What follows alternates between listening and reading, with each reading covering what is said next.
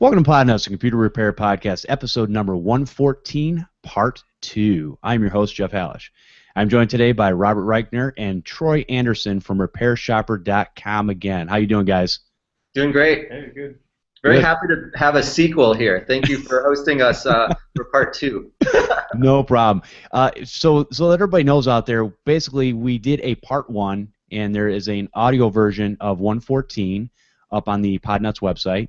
And you can check out the audio version, and then we went into a video portion where we kind of started into RepairShopr, showing how to set it up as a new-time customer and how to set up your customers once you get it set up for yourself.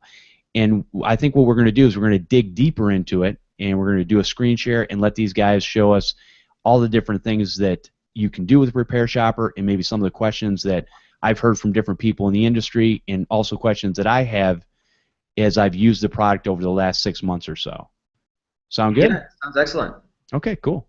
All right, let's go into that screen share, and I think we'll get started and dig deep into this. Okay, excellent. And here we go.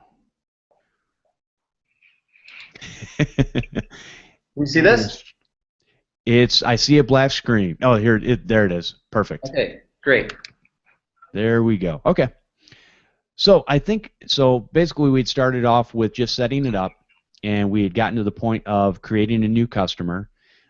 So let's go ahead and dig deeper into a little bit. There's a lot of things that RepairShopr can do for you automatically, from the marketing standpoint of sending out automated emails to basically how to take payments. There's all kinds of different things that you can do with this.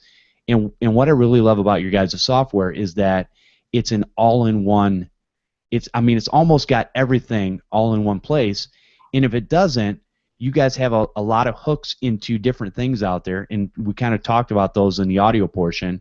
Is basically there's all kinds of things that you can log reports from RepairTech. You got D7, QuickBooks Online, QuickBooks, whatever. You can hook these into RepairShopr, so it's basically an all-in-one tool, and you basically really don't have to leave it.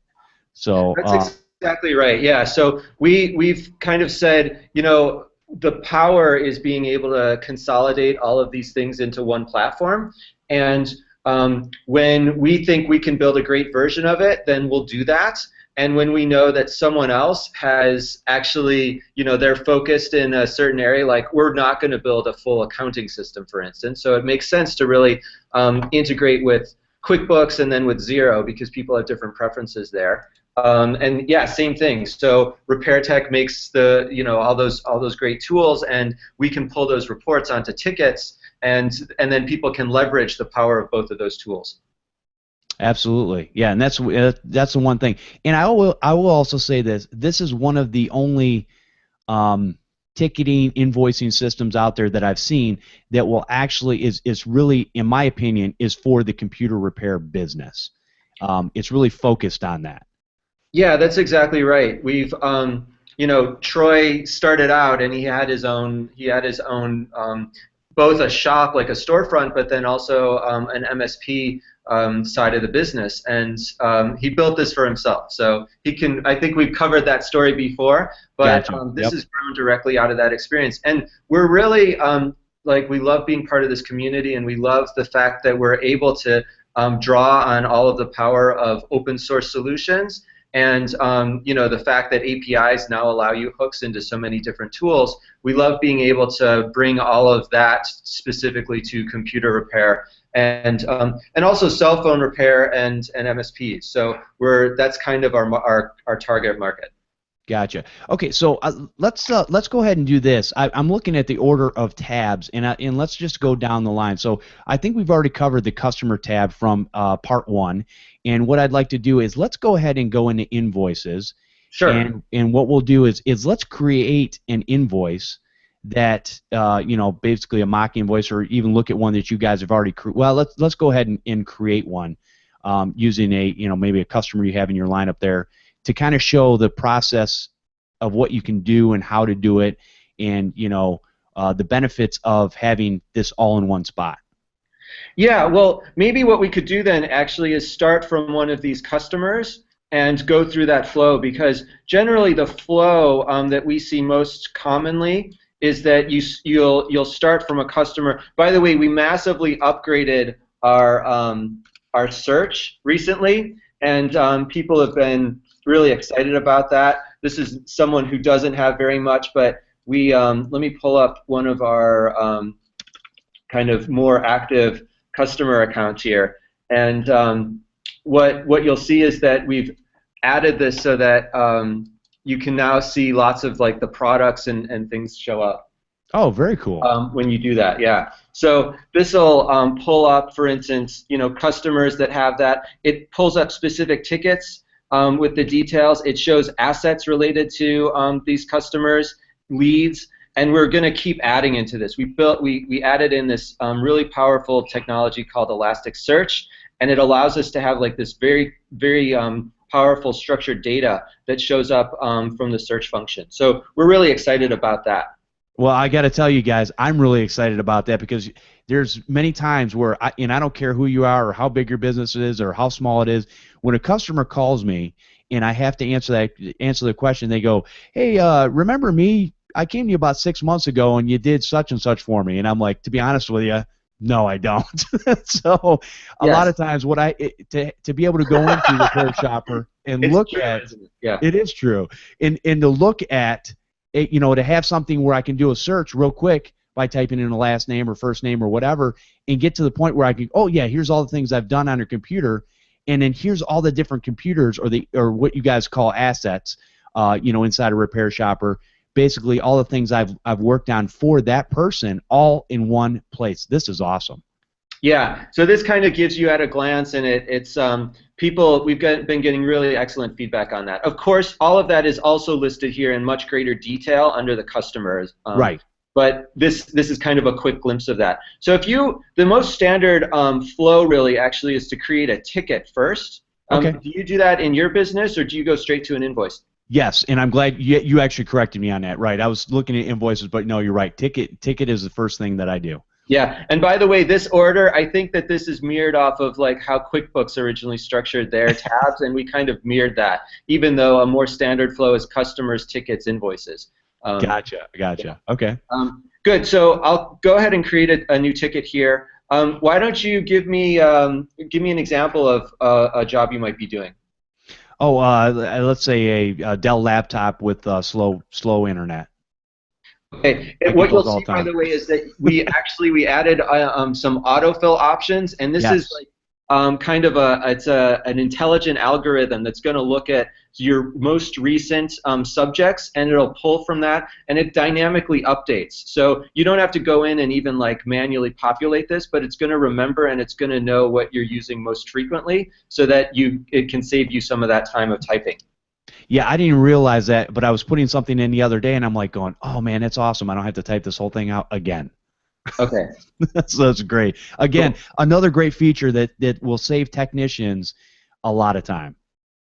Yeah, good. So, and then here, this is a customizable list that you can configure in the settings. I'll say that this is hardware. Priority, this is optional. You can turn that on or not. Populating this off of our canned responses is something that you can do, so you can pre-write those. It gives you standardization in the language that you're using or that your techs are using. We always allow you to either email or not. You always have control over whether or not how you're communicating with your clients. And due date, if you want to assign that, you can assign it to a tech if you have multiple people in your business. Right. And then customer contacts. This is if you've got different people who within the company, and you want to specifically assign it to someone within, like if this is a business client. Gotcha. Okay. Yeah. No, and you mentioned assets, so you are able to associate this. If this customer has an existing asset, you can associate it with that. That then tracks the history. You'll have a history of the tickets, history of the invoices related to that specific asset. And field jobs as well, ticket appointments. So if you want to schedule something for, maybe this is going to be a couple hours, and you want multiple attendees from your team, you can do that. Gotcha. Okay. Yeah. Some email notification here, and then we allow you to create a custom field. So if this is, I don't know that I have exactly what this Dell cannot get online, but this can give you kind of a custom checklist or different fields. Some people who are, we're seeing a lot of computer shops are doing cell phone repair as well. So if you do that, then you can have a list, the password, the IMEI, checklists for that kind of thing. So these are configurable in this custom field section right here. So you can actually do it from that manage the custom fields and create. That's what you right. need for Yeah. If those I areas. come here, these are all of the different kinds of checklists that I've created. And so Okay. if I go, for instance, to this virus removal one, you can see I've created these 3 as checkboxes, but I could edit this and I could make this instead it could be a drop down, and then you can populate the different drop down answers to that. Very cool. Now, if you so on the fly, let's say you're inside of a ticket and you go, oh man, I really need to have this in my checklist. Can you go ahead and add that at that point, and it will go ahead and show up as part of that? You would add that. You'd have to hit refresh probably on this page for it to pull in those new fields.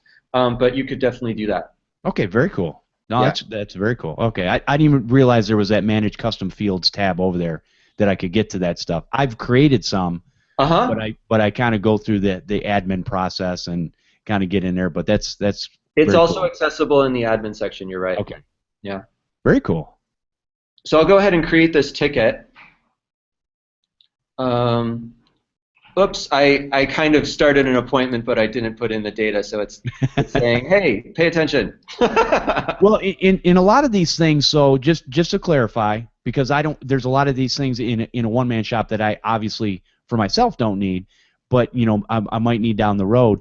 Yes. But you can shut a lot of these things off that you don't actually That's use. really good. That's a really good thing to mention. You're seeing kind of a lot of the bells and whistles turned on. We start accounts out.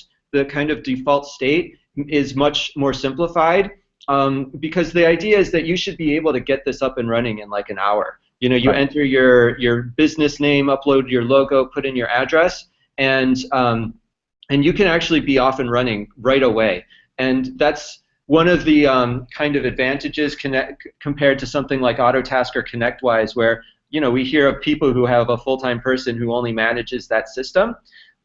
So we like to make it really accessible, and then there's a lot of power that you can add kind of in increasing degrees depending on the kinds of work that you do. Gotcha. Okay, very cool. Yeah. So this is more if you've got like a storefront, then we give you this an option for kind of showing the terms and having somebody sign there. This is turned off by default, but again, this is an extra step if you do have like a storefront. Well, I'll be honest with you. So I don't have a storefront, and yet I still use that feature. So in my business, I have paper copies. When I get a first-time customer that comes to me, I make them fill out a paper copy with the ink signature and stuff like that. But when they come back to me, I basically go in here, I bring my tablet down and go, here, yeah, just jot your initials here. And oh, that's great. Yeah. And we're on. They don't have to fill out the paperwork twice. Yeah, that's exactly right, and you can do this then for each job. So if you're updating your terms over time, you know that that customer is agreeing to the most current version of that, and it's true. It totally works on a tablet. The terms just show up right there. People can read and sign, and you can see that then you've basically saved this digital copy of that signature. Yep, very cool. Yeah, I love that feature of it. It makes my life so much easier. Yeah, great. Yeah. So this is why I love talking to users, because we find that there are so many creative ways of using the system, and we've kind of laid out a lot of different tools, and then people, based on their workflow, can customize exactly how they use it. Absolutely. Yeah, so now we're on the ticket. I know you originally said the invoice, but we're just kind of stepping through a standard process here. So for this, what would I can go ahead and add charges to this ticket. So probably this is going to be, we'll just do it at like a standard labor rate and say, how much time do you think you would spend on this? Nowadays, less than an hour. Okay. Just put an hour. Good. Yeah. So I'll go ahead and add this item. This is going to pull from my inventory. Our inventory actually is basically like services and products, hard drives, that kind of thing. So you pre-create this, and then if you have different labor rates, maybe you have like a network rate that that you use, or different kinds of things. You can create those, and then this basically pulls from there. You can populate this and kind of track things. This allows you to basically track this as you go. We also have, if you want to get a little bit more granular, you can come in here and say, oh, you know what, I worked from 10 to 11 a.m. or something like that on this, and you can populate that and put in notes and add that. So that'll allow you to add time and charge that time. This is essentially just kind of another way of doing the same thing, but some people want to include this time, and then that's going to show up on the line item, which sometimes your clients will want to know, exactly when was this work happening, and you can get much more granular this way. Gotcha. Yeah. No, that's very cool. Yeah, I haven't turned that feature on yet, but yeah, it's definitely something I probably need to do, just to kind of track my own time, so I get a little more, a little more correct on exactly how much time things are taking me. Yeah, and one of the things, we say it a lot, but we really rely on the feedback from our users, and so this is like a work in progress. We changed the layout recently. We've heard, for instance, that this notes field could be bigger, and so I think that you'll see we'll progressively continue adding, improving this so that it's exactly what people are looking for. And even just yesterday, I did a session with one of our users, and they were showing me how they were doing this in their previous system. So we're constantly taking a look at other products to really optimize this as much as possible. And I have to say that when people bring things to you guys, and I understand that you guys can't do everything overnight, and that's fine. That's just normal. But you guys really take a look at a lot of this stuff, and you really take the time and effort and really listen to your audience, and you're really putting things in that are usable by people. And I think that's great, because not every business out there is like that. And I give you guys kudos for that. I'm glad to hear you say that. I mean, it's definitely a challenge. I mean, there are so many good ideas and so many directions we can go with this. So making those decisions is really challenging. I'll be honest. We have lots and lots of our conversations are about roadmap and prioritization and sequencing and things like that. Actually, I have a little surprise, in fact, for you, Jeff. I don't know if you remember, but you were asking about hiding disabled users. Do you remember that? Yes, I do. Yeah, so we actually did that. I don't know if you noticed it, but this now only shows your active users, and we moved disabled users over to a different tab. So if you want to show them, then you can see it, and it shows up here like, oh, this is a disabled user.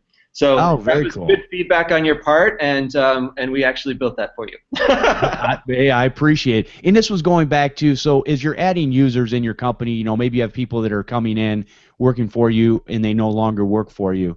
And so one of the things that I had saw was the user, even though you could disable their portion of the account, they were still there showing up. Yeah, and it was kind of confusing. It wasn't clear enough. So that was great feedback, and talked to our developers, and they said, yeah, we can do that. That's a great suggestion, so we built it. Great, awesome. And what's the nice thing about that, which I hadn't thought of for my business, was that you always have a record, regardless, going forward, of things that have happened in your business in the past. So I think it's also a database thing. Like you have people on those tickets, so we can't actually like totally delete them, because suddenly it would remove like that historical data. So that's why, and in many cases we'll disable rather than delete things. There are times when we do allow you to completely delete something. Okay, very good. Anyway, continuing along, there's a lot of detail we could go through here. We have, you can add charges as you go. You can take a deposit if that's something that you do. You can add a part order. Let's say that it's, maybe you're doing a screen replacement or something like that, and it's something you don't keep in inventory. You can do those one-off orders and kind of track them there. You can turn this into a recurring ticket, attach files, whether it's a network map or whatever that is.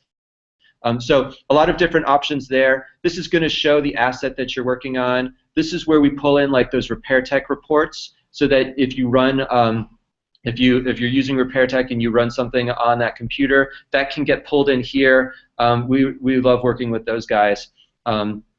And then this is where the communication happens. So if you want to send a message to the user, you can also create a private comment that's going to show up. And then all the replies, like all the emails and everything, lives right in the system here.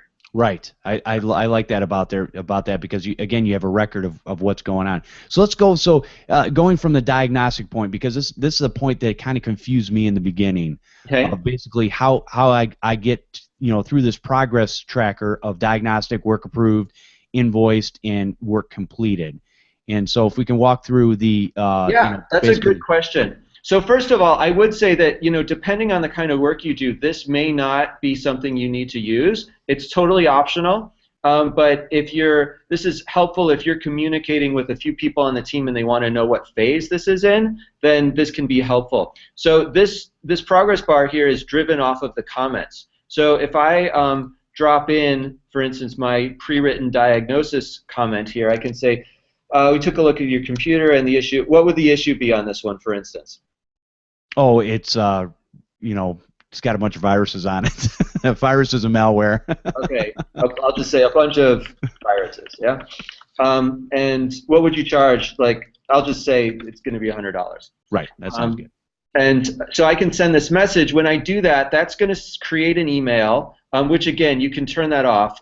This is my demo account, so we default to off on this. But it's going to send this as an email. It's going to check off this diagnostic step. And then if the customer replies, what you'll see is on this ticket list here, this is an overview of all of our currently open tickets. So if they reply, you'll see that this status here is going to change to customer reply automatically, and you'll see a little email icon show up here. Gotcha. Okay. Yeah, and that'll tell you that they replied. So like maybe they write back and they say, yeah, go ahead, I agree to that. Or maybe you call them and they say, yeah, that sounds good. You can then put in this like an approval message and confirm. Just write back, thanks for your response. We'll proceed with the fix. Let you know when it's ready.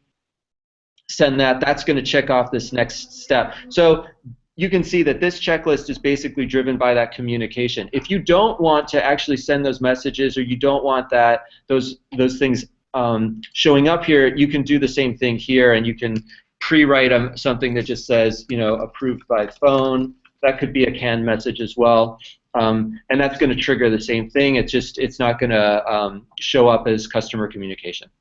Gotcha. And let's go back to the work approved, because you can check a box on your ticket.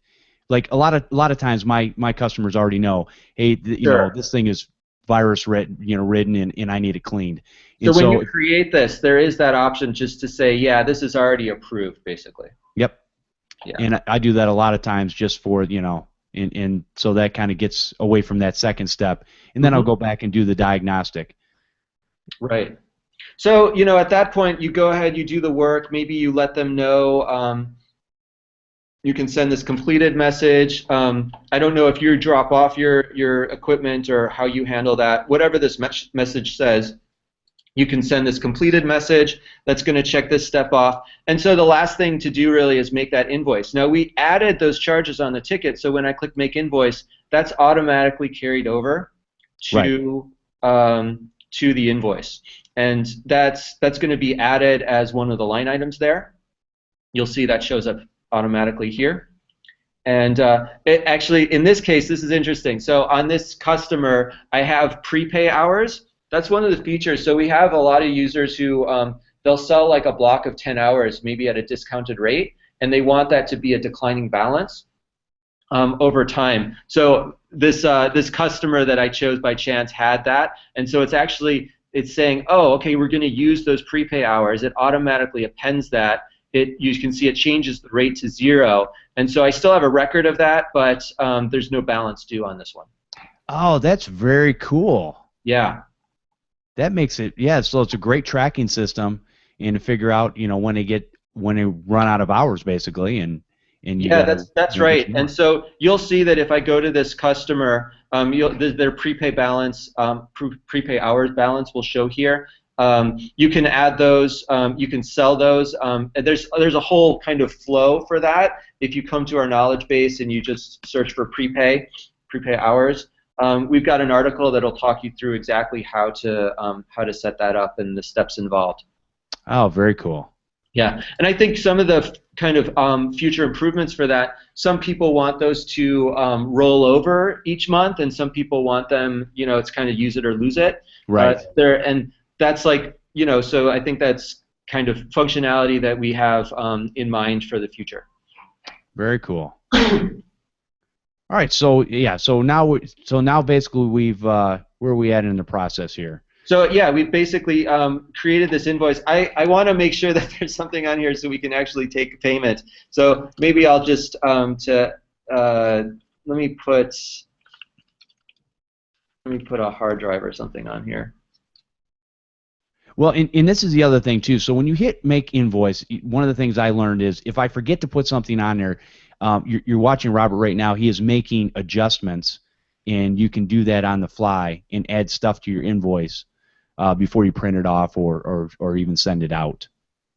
Good point. Yeah, so that's totally editable. The adding ticket charges is really just so as you're working the ticket, you can be kind of tossing stuff on there, and then when you actually get to the invoice, you can make all those adjustments. Thanks for mentioning that. And you can even add manual items. So this section is pulling from your inventory. If you have like barcodes, our inventory system allows you to create barcode labels and kind of scan those. You can add from there, and your terms will show up here as well. So a lot of aspects here. Right. Yeah. It is great.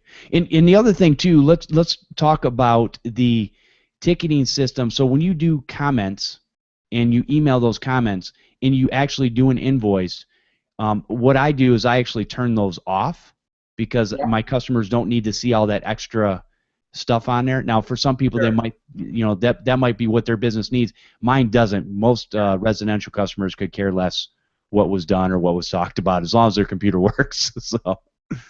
Totally hear you. That's exactly right, and that's why we make all of that configurable. So yeah, it's again, there's a lot of stuff that they give you, and you can make it any way that you want to do business, and that's what I really like about this this software. All right, so we've gotten through basically the invoices, and then can you talk about the if you look at the PDF print, obviously snail mail. Different things. Snail mail is fun. This only works in the U.S., but it's a service that we're integrated with, so you can actually generate these as paper invoices. And we have a lot of users whose clients really actually still want paper. So this saves you the hassle of having to print them off and stuff envelopes and find stamps and all of that.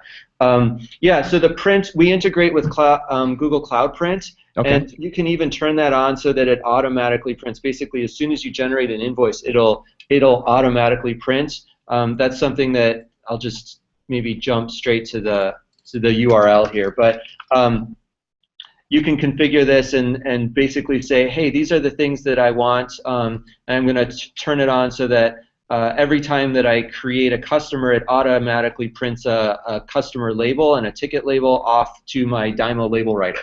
And you can adjust the orientation, various things like that.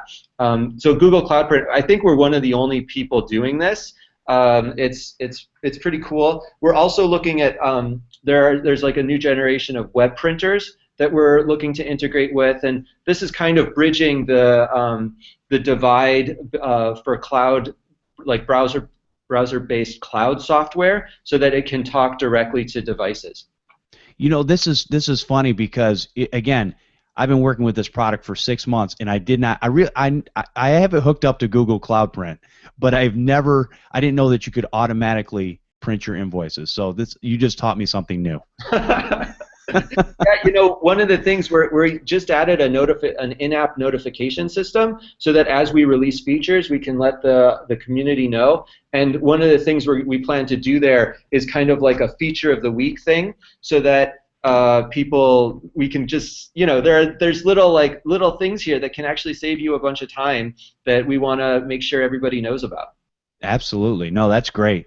I just appreciate you guys doing so much to this and keeping it going and keeping it fresh and keeping it, just saving people's time. Really, I mean, that's Thank really you. what it comes down to. Yeah, we love what we do. So, Good. yeah, we also, as I mentioned, this is my demo account, so our email is turned off, but there would be an email button here as well, and you could type in a private message before you actually send that, and that'll go out as an email with the invoice. That's also going to include a link to the user's customer portal, so every user gets their own customer portal. And this is going to show basically a list of all of their open invoices. If you're integrated with either Authorize.net, Stripe, or PayPal, they can actually come here and pay online, pay that invoice online. Yeah, that was one of the things that you guys had taught me, because I actually use Stripe for my payment system. I also have it hooked up through PayPal, but that's one of the things that when I do send invoices out via email, people can click on that right from their email and just pay that invoice, and it's done. Yeah. So that's great. And then if I want to take payment, within the app here, this is if you've got a register, we've got a register management system here, and with Z reports and that kind of thing. Okay. I just need to. It's telling me, hey, you didn't close it yesterday. Gotcha. So you will see here, if you've got a client or customer that has multiple invoices open, that's going to show here. You can take payment on more than one of those if you want. And then down here, this is where you would take payment. So if you're using something like Square for your payments, you can just call that offline credit card. But we also integrate with Authorize.net if you want to swipe directly into the system. So different options there, and then you can go ahead and take payment. Absolutely. And then, yeah, sometimes, believe it or not, in my business, I predominantly still get checks, believe it or not. I know it's a weird concept, but no, it's actually, true. well, I mean, it's great if you don't end up paying the credit card fees. It adds a little bit of time, but Yep, exactly. 1 or 2 or 3% can make a big difference. Yeah, it's true. That is true. So yeah, I don't mind them, and with mobile deposits nowadays, it's very easy to do. So it's not a big deal. Yeah. Good. So the last step is just to say, hey, let's close the related ticket. You can always, of course, close the ticket automatically from the ticket screen here.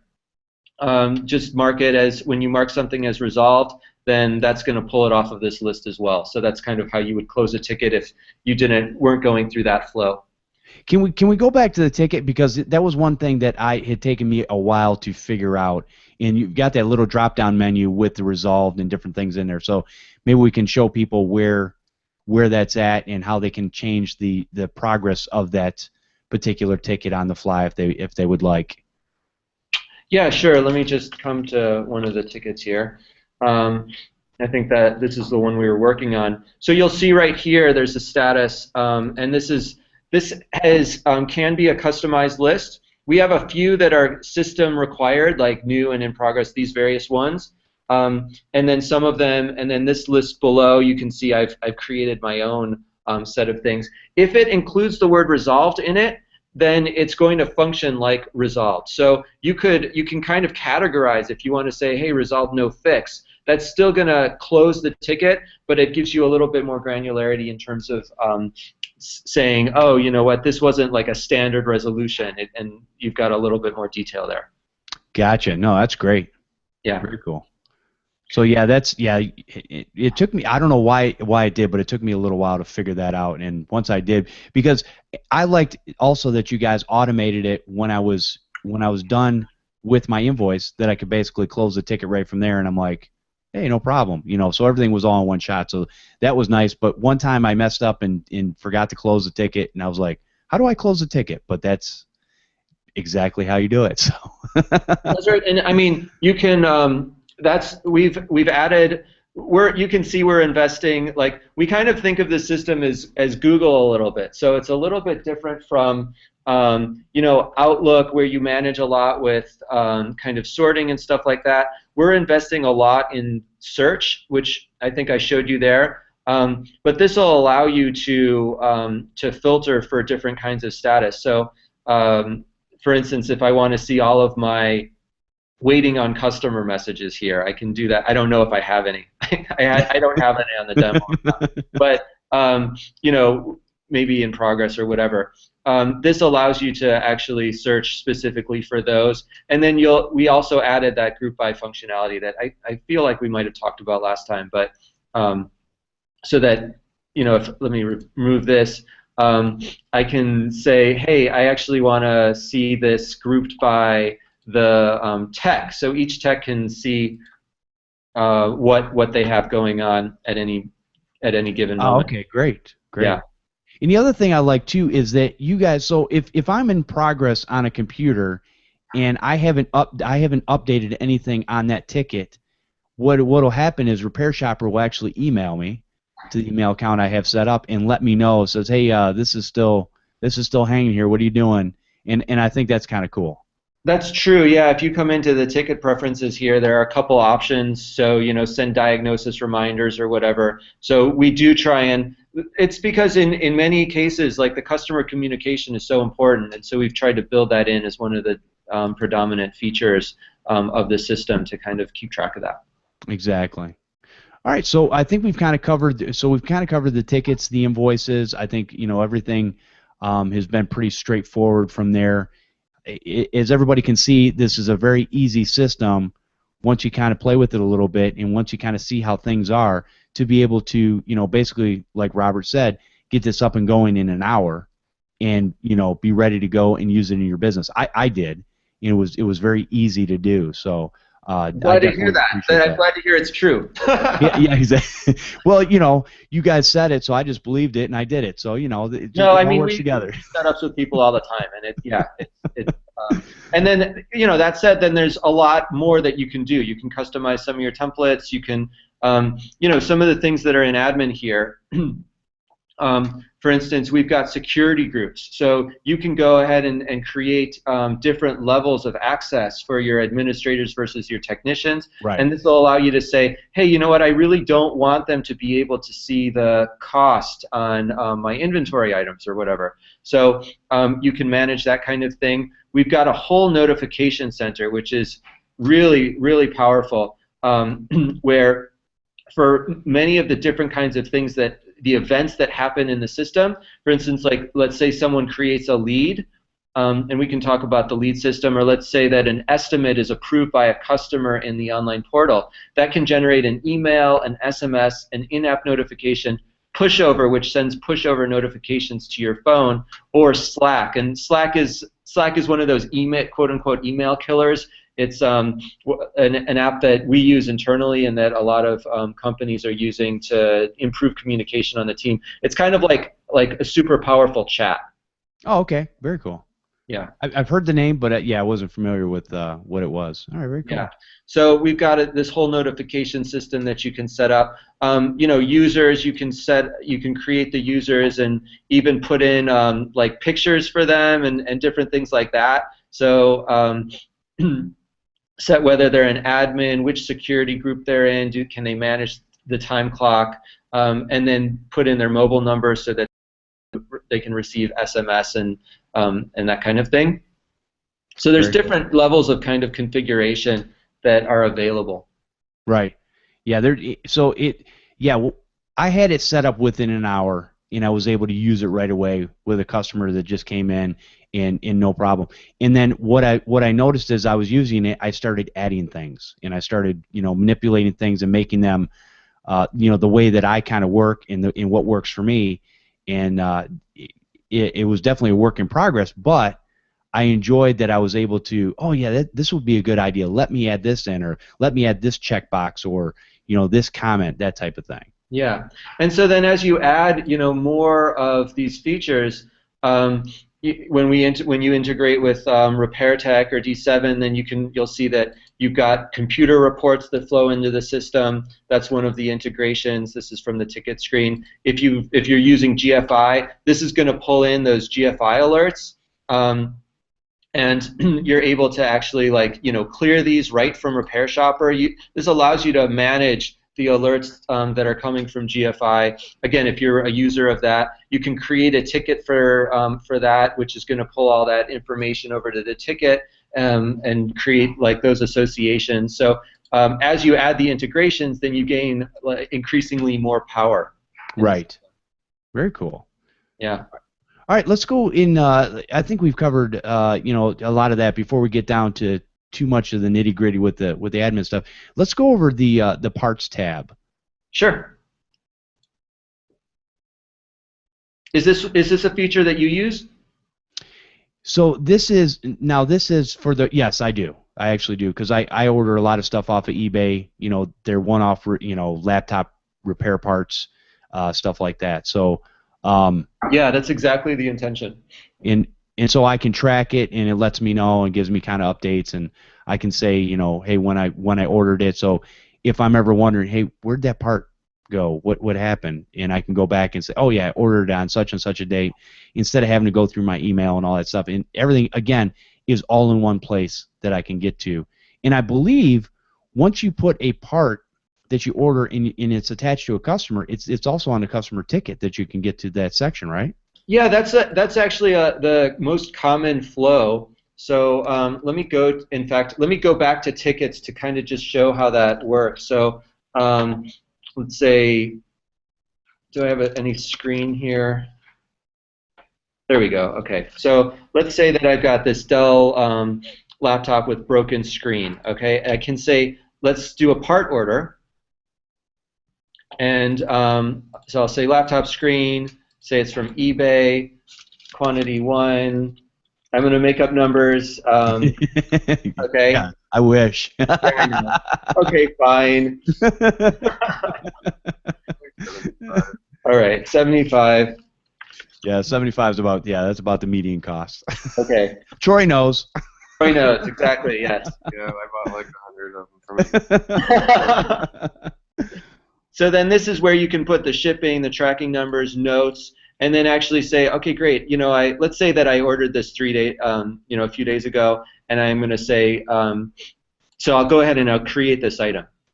Now what you've got is you've got this list of, this is all of the things that are currently, they show a purchase date. So if you've got more than one person in your shop, they can create these. But maybe you have a central person who handles the purchasing, and they're the only person who goes in and actually says, yeah, actually I ordered it. Or if it's just you, you can say, yeah, I bought it. You can see it's associated with the ticket. Right. So if I come in here, let's say that it arrives, I can say, okay, great, it actually arrived, and let's say it arrived today, and I'll update that. That's going to automatically, when it arrives, it automatically moves it to this completed list. Gotcha. So I can say view completed, and it's it's associated with this ticket, just as you said. So all these, excuse me, you can click the URL for eBay here if you want, but then you can also come back to that ticket, and when I click add view charges on ticket, it's actually pulled in that part order. So this is, it just reduces all of the extra work that you might have of having to like manually add that. You basically put it in there once. It tracks it, pulls it onto the ticket, and then again, when I go and I say make invoice, it's going to automatically pull that charge over. So we're really trying to reduce all of the like double data entry, all of the like manual tracking that's involved with these kinds of things. And that's exactly why I use it, because I can put the detailed information with URL links and all that kind of stuff in there, in what the item actually is according to eBay, Amazon, whatever. And then so when I actually bring it back to the ticket, I like the fact that it actually goes back on the ticket and says, hey, here's the cost of it, and I don't have to go back in and make that, set that up again. So it makes it nice. Yeah, and then if you come to the ticket, let's say there's multiple people in the in there, you can actually look at like the part status, and this is going to pull that up right from the ticket. So if somebody's waiting and they're like, what is the status of this thing, they can actually easily access that right from the ticket. Yeah, that sounds weird, but the reason we built that is we seriously would get a tech to go on eBay and buy like a fan, and then we'd never charge it. And when that happens a number of times, you're like, okay, there has to be a way to track these so that I start like keeping track of stuff we're buying for these jobs. Right. So especially if you've got a couple people collaborating, like that's super helpful. Well, or if you're old like myself and you forget all the time, it's super helpful. So, no, I definitely appreciate it because it helps my workflow. All right, so yes. And again, just to emphasize, these are kind of one-off orders, right? So the parts thing is, it's to separate it from you.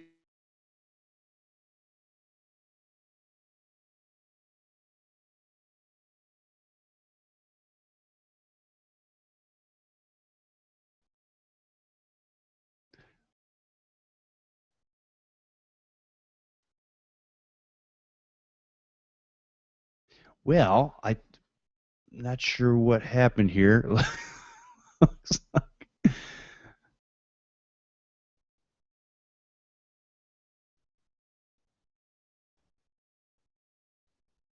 Oh, no.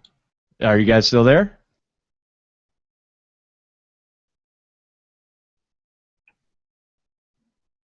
Can you guys still hear me? Hey, sorry, I think we cut out there. Can you hear us? Yes, I can hear you now. Yeah, you're good.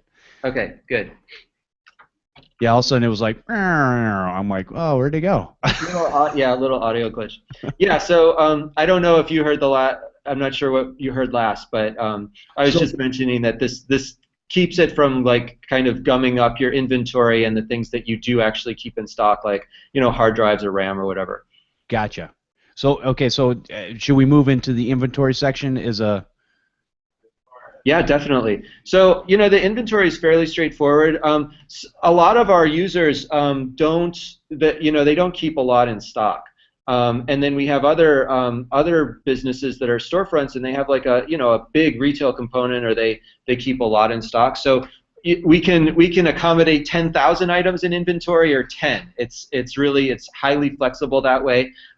We have this kind of maintain stock flag, which is, do you want to track the quantity of this or not? And a lot of our users don't, and then a lot do. So there's a lot of flexibility there. You can track cost in retail, so that when you're looking at your sales reports, we provide net net numbers on that. We recently added something called serialized inventory. So let's say that you want to track the serial numbers of these are obviously not real serial numbers here, but somebody mashed on a keyboard a couple times. But if you want to track the serial numbers for different items, we allow you to do that now, and then those get added to your inventory through our purchase order system.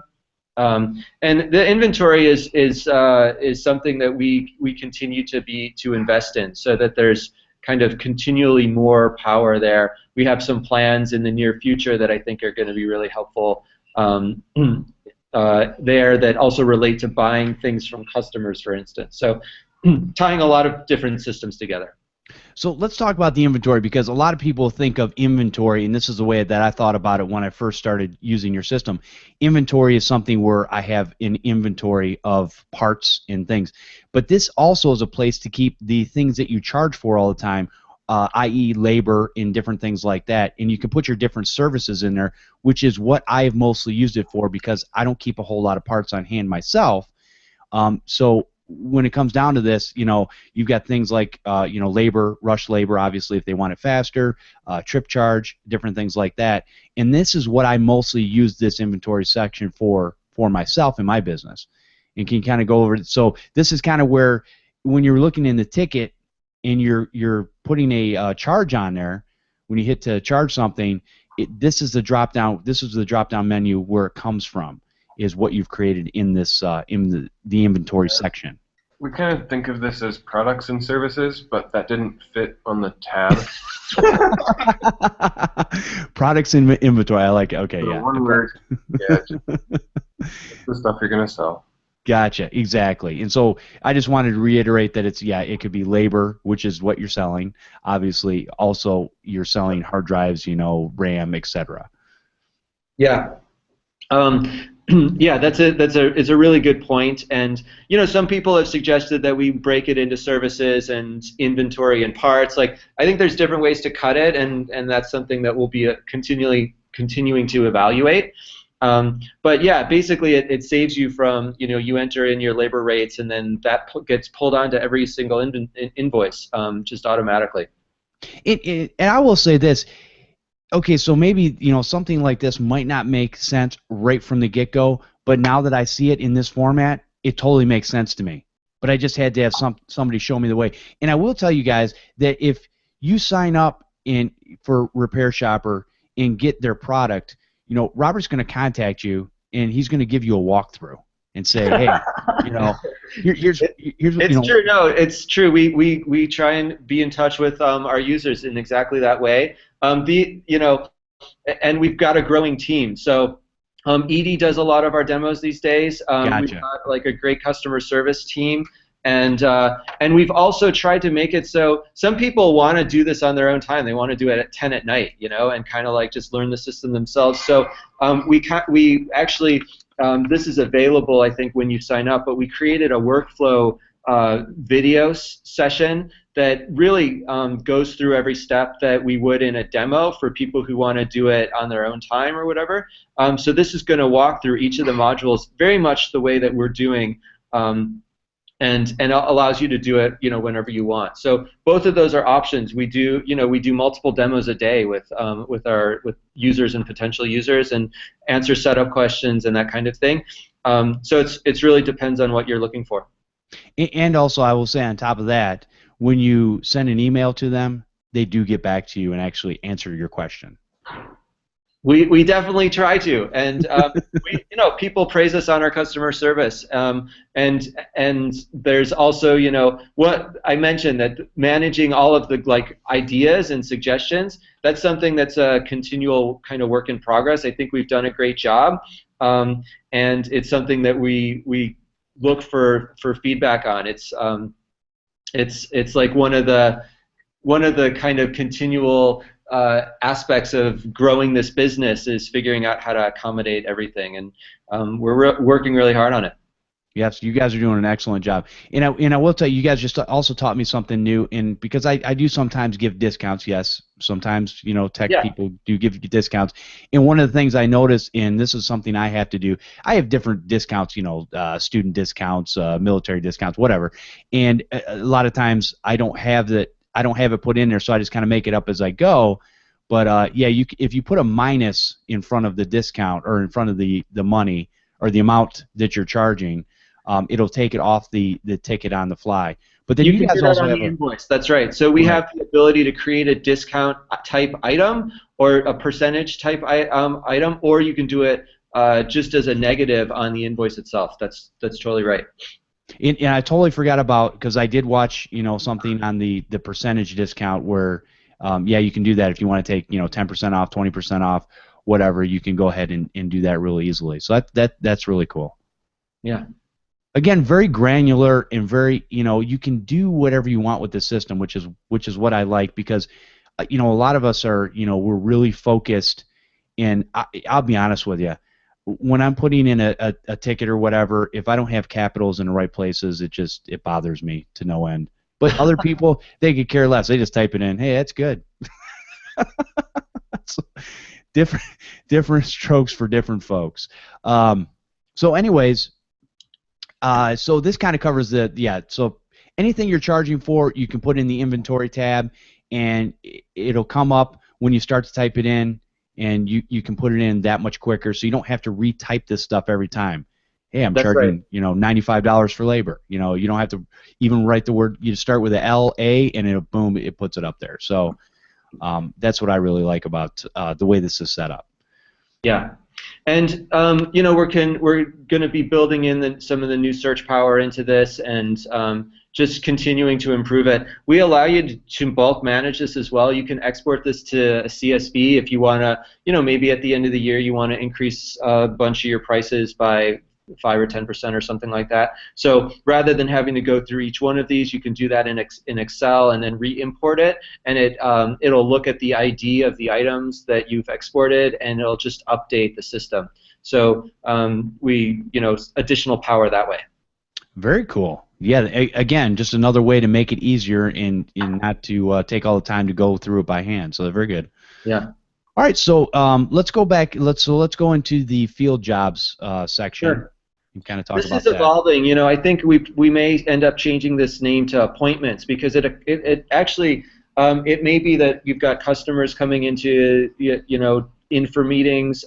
So it doesn't necessarily need to be exclusively field jobs. And this is an area where we're also going to be updating this calendar, I think, so that you can view this by your employee if you've got multiple people in the business again, so that you can kind of see who's scheduled when.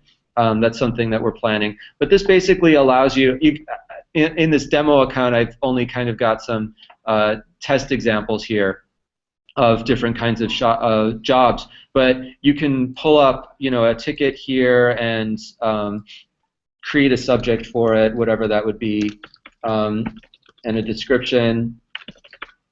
Scheduling this. This is something that you can do a little bit more automatically from the ticket when you actually create it. But I just want to show kind of an example here. Let's see, for today, and I'll say 2 hours, and attendees, and don't email. Create that appointment. So this is just one interface for doing that. We do sync with Google Calendar, and so this will show up there, and each of your users, if you have multiple users, can connect their calendar, their Google Calendar here, so that that's linked. It can pull in. Additionally, it can pull in if you've got like your lunch scheduled on your Google Calendar, or you're going to be out a certain day. That's something that shows up as well. That can get pulled into this overview RepairShopr thing. And I think just talking a little bit about what our plans are for the next 6 months or so, we would like to make it so that you can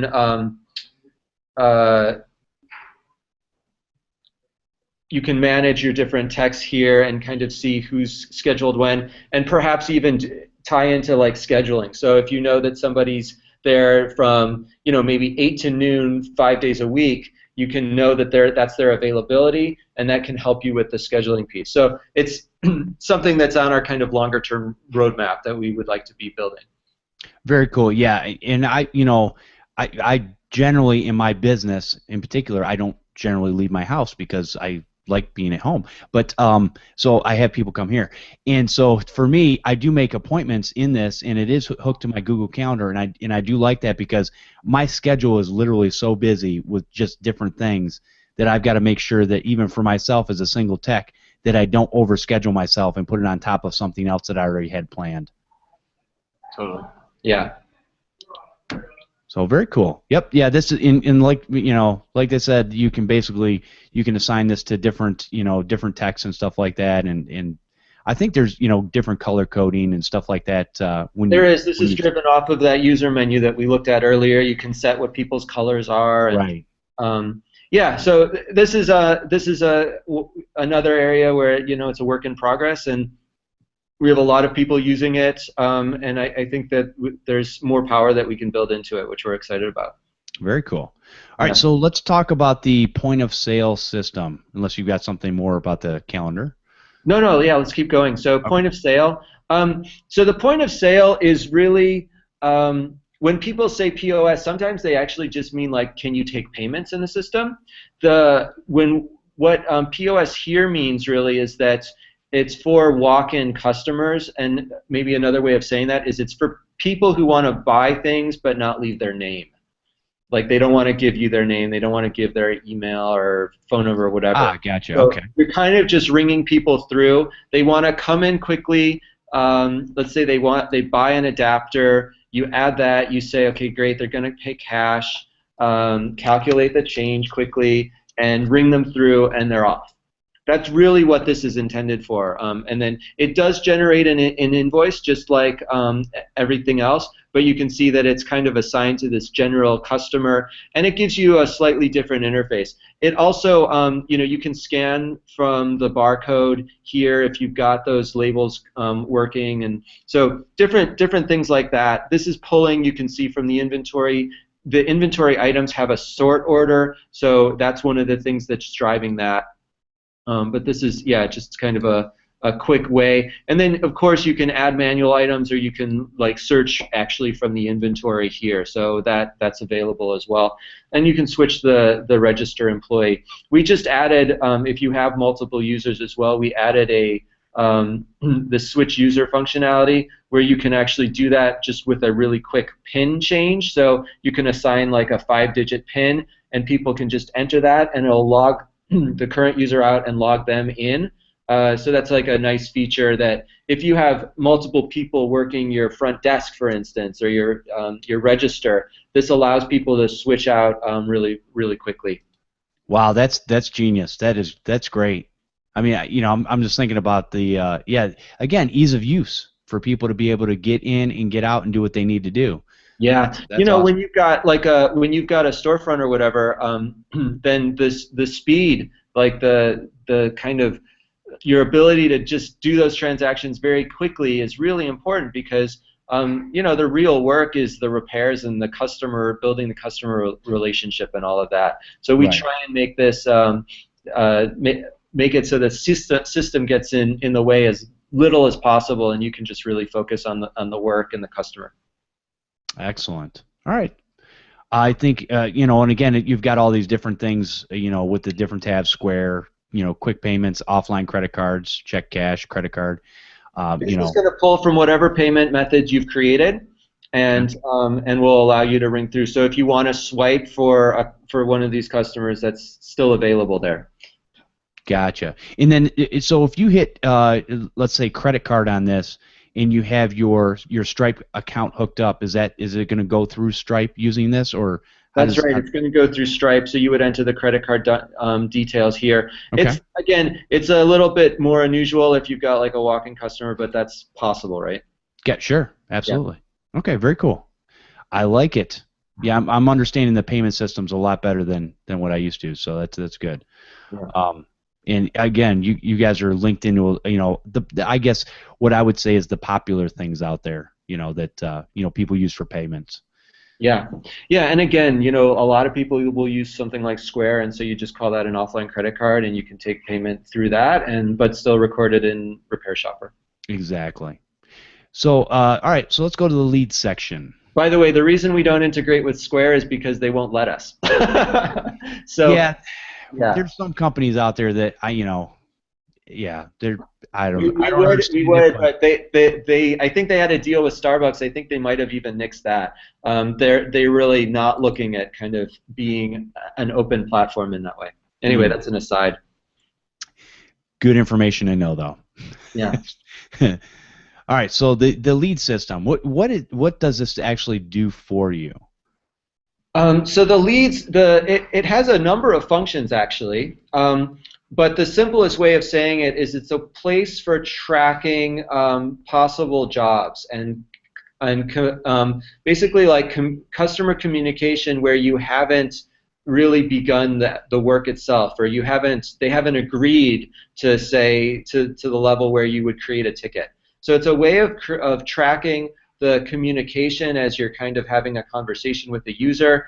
You can say what the status is, like this is the first contact, or if it's something bigger, it's in negotiation, maybe you're working with the user that way. And this is where this system catches communication from a bunch of different places. So we have website integrations, which I think we covered before, but for instance, if I just say this kiosk mode, you can put a kiosk if you have like a storefront or something like that. You can put a tablet out there, and this won't give access to the system if you're not logged in, but it will allow your users or your customers to come in and enter their information and kind of get a ticket started. So let me just do this.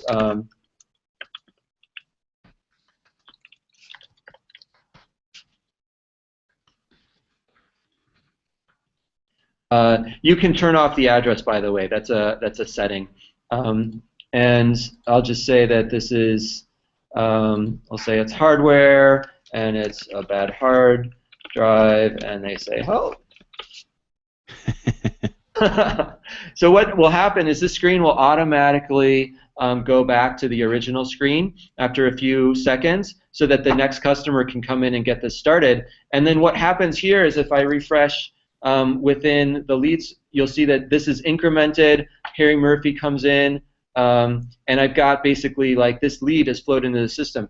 This is also where we catch communication. You can set an email address. Let's say that let's say that your shop is called like My Awesome Computer Shop. You can set an email which is something like request@myawesomecomputershop.com and direct that so that that flows into the lead system. So if somebody emails you there, it'll automatically come into the system. If they're an existing customer, you can even make it so that when they send to that email address, it'll flow directly and automatically create a ticket for them. And in fact, we've even added a little bit more power so it can auto-assign to a tech.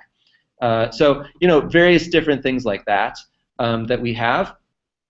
What happens next then is that you can click process here, and this gives you a chance to say, oh, you know what, this is actually a bad phone number, they missed a digit, so I'm going to update that. I can go and make a hidden comment and say, I think this is actually a virus, whatever you want to do there, and then create the customer and the ticket right from the lead itself, and you're off and running. So whether this is something that you're doing in a shop setting or if you're doing it, let's say you're working out of your home or your office only, this allows you to really catch a lot of that communication. It also, it's going to look at their phone number, it's going to look at their email address and automatically match them up with a customer. So you see this blue icon here, that means that it checked the database and it says, oh, this is an existing customer. So it'll do that automatically. If you want to actually switch that or something or attach a lead that comes into an existing customer, you can do that by searching here. And then you can in fact kind of initiate email contact with them, and that's going to be tracked on the lead. And I think we've either done it or we're about to do it. When you convert this to a ticket, it's going to pull that communication and add that as part of the notes. Nice. Okay. That's live? Yeah. Yeah. Troy's nodding. He's saying that's live. So cool. Very cool. Yeah. Yeah, we did that. Yeah, we did that. You know what? There's so much in here that at this point, none of us necessarily remembers every single thing. And yeah, because we are building pretty quickly. Right. All right. So let's go ahead and go into the marketer portion. And talk about that. This is something that I use, and I, like you guys had said previously, you guys said it's amazing how many people actually respond back to you when you do things like this, and how many people are appreciative that you're just following up after a repair, either 2 weeks out or 90 days out, and say, hey, everything's working fine, appreciate your help, thanks, have a great day. And it's just nice to hear those messages every once in a while. So people aren't, your customers aren't just lost, and you only see them, or hear from them, once a year. Yeah, that's exactly it. And so you can have like automated follow-ups with your customers on their tickets. You can also create custom campaigns, seasonal campaigns, that kind of thing. And it's highly configurable.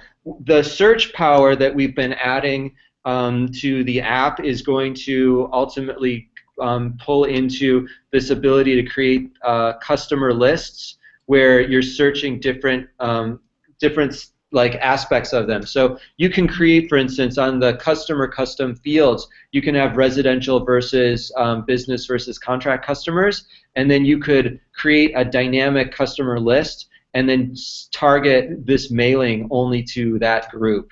And that's something that now that we've got this search infrastructure in, we're going to be able to add more power to being able to create those customer lists. And something we wanted to do for a long time. It's been a big investment that we're excited to see starting to come to fruition.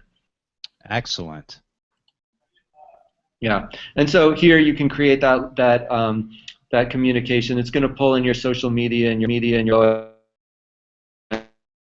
kind of a standard editor. You can even, if you want to dig in and put in like HTML stuff, then that's also available. And something we do with our template system is there's these tags, so you can actually pull in different details on the customer and include those as tags that will dynamically populate.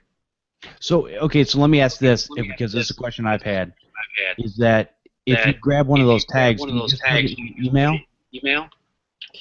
Can you what? I'm sorry. Yeah, I'm getting a little bit of feedback there. Oh, okay. Is it okay now? Yeah, it's still there. Yes. Must have been a little glitch. All right. So if you. I see. Yeah. So then this is going to populate the customer name, and just allows you to create a slightly more personal tone and all of that. Gotcha. Okay. Right. And yeah, so these can be either triggered, meaning that they send a certain day since the customer's last visit, meaning what that really means is since the customer's ticket was closed, I believe. And then you can also create a one-time blast. And something we just added, so I'll just say this is seasonal campaign. I'll go ahead and update this. Oh, actually, I think I'm editing one. But for the custom campaigns here, if I just create one of these quickly and go to, I'll just call this seasonal, or let's say spring mailing. And I'll make this a one-time blast, and I can say, oh, I want it to send tomorrow or whatever. Spring mail. And I'll skip the body, but just to create this, something we recently added is this ability to send now, because people were saying, hey, you know what, I really want a little bit more control over when this sends. These are kind of, they're scheduled jobs on our server that run at a certain time, and so this now allows you to create that, and you can kind of say go. Okay. So that was a request from a lot of our users. Nice. All right, so I think we've covered. There's a lot of things in the admin tab that we could probably gone over, but I mean, maybe we need a part 3. But I think this has been a good overview. There's probably a lot of deeper features. We've got, as an example, we've got like open invoice reminders. So if rather than you having to keep track of who has paid and who hasn't paid their invoices, this allows you to create a kind of default message that sends reminders on invoices that aren't open. I think we could dig into reports and that kind of thing at some point as well. But there is a lot more depth here as well, like our website integrations, where we provide you a code snippet for for instance that tool that you saw, the kiosk. You can in fact just grab this code and paste it into your CMS, and this will live in your website, so people can come in and look up a ticket, or they can start a ticket or look up a ticket right from your website. So a lot of different things in the system that would be perhaps we can cover in the future. Oh, very cool. Yeah. Well, I appreciate you guys coming out today. Yeah, it's been really great to talk with you, and again, I say it all the time, but we hear such great things about Podnutz. We people listen to the show, and they are so appreciative of the service you offer to the community, and the ability to learn more about all of the different opportunities out there. So thank you for including us. Oh, no problem. If people want to find you, what would be the best place to find you? Yeah, if the best thing is you can come to our website, find out a lot more information. We've got a free sign up. We really this is something I've mentioned, but we really love helping people start these kinds of businesses and grow them. So we have a free tier that allows you to do I think it's 25 tickets a month. So as you're just growing a business, we want people to not take on new costs there. So that allows you to really kind of get started and have more control more power, more professionalism in how you're running your business. And then as you grow, we've got different tiers. But you can sign up for a free account, create a trial when you're in there, and that's going to give you full access to the system for a couple weeks. We do demos and answer questions. We've got this whole feedback widget here where you can ask questions. This is in the app, and it also gives you access. You mentioned the community piece. So this is where people are voting for different aspects in the system and kind of making requests and commenting and things like that. Very cool. Well, I appreciate it, guys. Thanks for coming out and sharing with us today. Yeah, absolutely. Thanks for the opportunity, Jeff. And I want to thank everyone for listening and subscribing to this show, and we'll see you next time on Podnutz, the Computer Repair Podcast.